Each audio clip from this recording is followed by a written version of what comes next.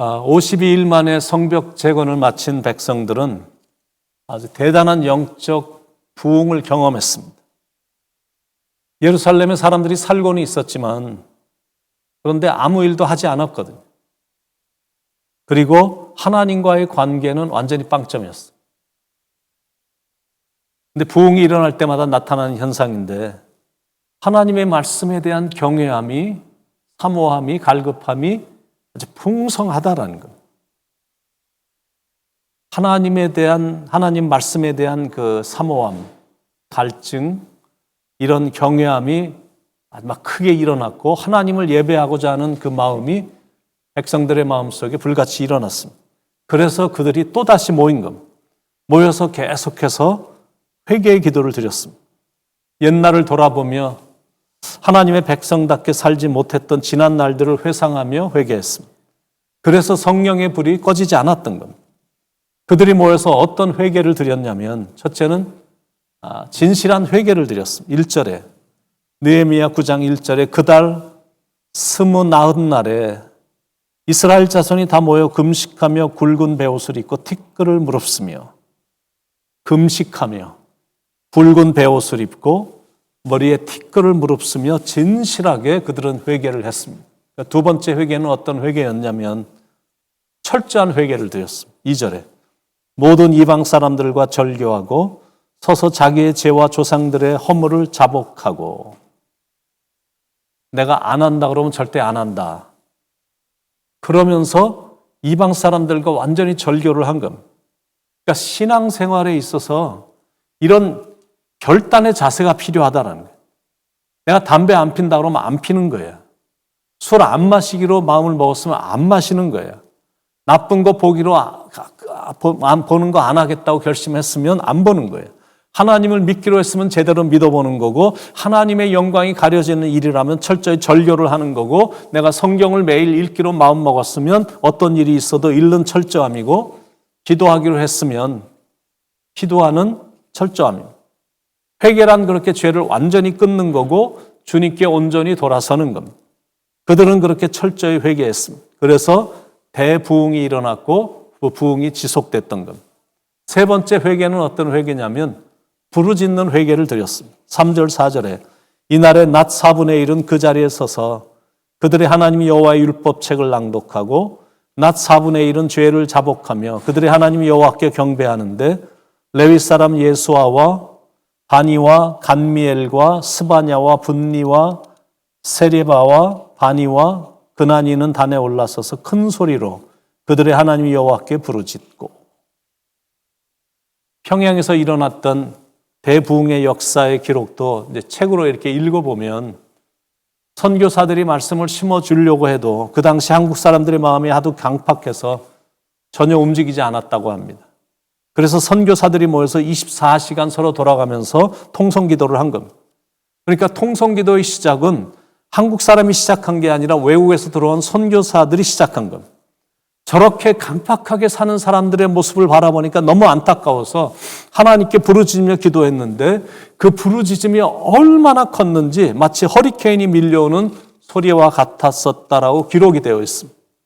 그날 저녁엔 선교사들과 한국의 영적 지도자들이 집회를 위해서 기도를 드렸는데 그때 드린 기도는 It was amazingly powerful. 얼마나 놀라운 기도였는지 아니나 다를까 그날 밤에 역사적인 대부흥이 일어난 겁니다. 그러니까 부흥은 통곡하면서 회개할 때 시작이 됨을 보여주고 있습니다. 그들은 하나님께 목이 터져라 부르짖어 회개하며 기도했습니다. 그리고 그들은 어떤 회개를 드렸냐면 구체적인 회개를 드렸습니다. 24절로 29절에 그 자손이 들어가서 땅을 차지하되 주께서 그 땅 가나안 주민들이 그들 앞에 복종하게 하실 때 가나안 사람들과 그들의 왕들과 본토 여러 족속들을 그들의 손에 넘겨 임의로 행하게 하시매 그들이 견고한 성읍들과 기름진 땅을 점령하고 모든 아름다운 물건이 가득한 집과 판 우물과 포도원과 감람원과 허다한 과목을 차지하여 배불리 먹어 살찌고 주의 큰 복을 즐겨 싸우나 그들은 순종하지 아니하고 주를 거역하며 주의 율법을 등지고 주께로 돌아오기를 권면하는 선지자들을 죽여 주를 심히 모독하였나이다. 그러므로 주께서 그들을 대적의 손에 넘기사 그들이 곤고를 당하게 하심에 그들이 환난을 당하여 주께 부르짖을 때에 주께서 하늘에서 들으시고 주의 크신 긍휼로 그들에게 구원자들을 주어 그들을 대적의 손에서 구원하셨거늘 그들이 평강을 얻은 후에 다시 주 앞에서 악을 행함으로 주께서 그들을 원수들의 손에 버려두사 원수들에게 지배를 당하게 하시다가 그들이 돌이켜 주께 부르짖으며 주께서 하늘에서 들으시고 여러 번 주의 긍휼로 건져내시고 다시 주의 율법을 복종하게 하시려고 그들에게 경계하셨으나 그들이 교만하여 사람이 준행하면 그 가운데서 삶을 얻는 주의 계명을 듣지 아니하며 주의 규례를 범하여 고집하는 어깨를 내밀며 목을 굳게 하여 듣지 아니하였나이다. 그러니까 두루뭉실하게 한 게 아니라 구체적으로 조상들의 잘못을 하나씩 하나씩 회개한 것. 그러니까 진정한 회개란 이렇게 구체적으로 하는 것이다라는 것. 그리고 어떤 또 회개를 드렸냐면 결단이 담긴 회개를 드렸다라는 것. 38절에 우리가 이 모든 일로 말미암아 이제 견고한 언약을 세워 기록하고 우리의 방백들과 레위 사람들과 제사장들이 다 인봉하나이다 하였느니라. 그러니까 진정한 회개란 이렇게 결단이 따라오게 되어 있습니다. 예수님이 현장에서 간음하다 잡혀온 여인에게 가서 다시는 죄를 짓지 말라라고 말씀하시자 내가 다시는 죄를 짓지 않겠습니다라며 굳은 마음으로 결단을 한 거거든요. 그런 결단을 말하는 거예요. 돌아온 탕자가 자기의 죄를 뉘우치는 것만으로 끝난 게 아니라 다시는 아버지를 떠나 방탕한 삶을 살지 않겠다고 결단을 했는데 그런 결단을 말하는 겁니다. 삭개오가 그저 I'm sorry 그 정도로만 끝났다면 nothing has happened. 아무 일도 일어나지 않았을 거거든요. 그런데 삭개오는 회개한 후에 결단까지 했습니다. 내 소유의 절반을 가난한 자들에게 주겠사오며 만일 네 것을 토색한 일이 있으면 4배나 갚겠나이다. 그래서 삭개오는 예수님으로부터 칭찬과 함께 구원까지 받게 된 겁니다. 그들은 결단을 했고 결단한 것을 지킬 비장한 각오로 기록을 하고 또 인봉할 정도였다는. 그러니까 내가 약속한 것을 책임지겠다라는 그런 결의입니다. 바로 이 내용이 오늘 본문 전체 내용에 대한 요약입니다. 자, 여러분은 회개할 것이 없으십니까? 열심히 일해서 지금은 잘 살게 됐지만 혹시 영적으로는 지극히 황폐해 있지는 않습니까? 느헤미야 9장은 성경에 나오는 단 한 장에서 기록된 것 중에서는 가장 긴 기도의 내용이 담겨 있습니다. 그런데 단순히 길기만 한 게 아니라 그 안에는 진실한 내용들이 구구절절 담겨 있고 특히 기도에 대한 정석이 담겨져 있습니다. 기도의 정석을 이렇게 표현을 합니다. ACTS, 영어로 ACTS, ACTS. A는 adoration, 하나님을 찬양하고 두 번째는 confession, 회개하고 세 번째는 thanksgiving, 감사하고 네 번째는 supplication, 간구하는 것이 이게 기도의 정석이거든요.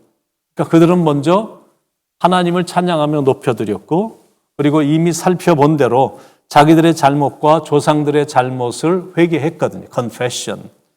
그리고 나서 thanksgiving, 감사의 기도를 드렸습니다. 그래서 우리에게 주는 도전입니다. 우리 불평하지 말며 감사하며 살자 이겁니다. 이번 주간은 고난 주간입니다. 그리고 다가오는 이번 주일은 부활주일입니다. 그리고 다음 주 월요일부터 30일간 우리에겐 특별 새벽 부흥회가 매일 있습니다. 한번 이 기간 동안에 불평을 안 하는 운동을 해보면 어떨까?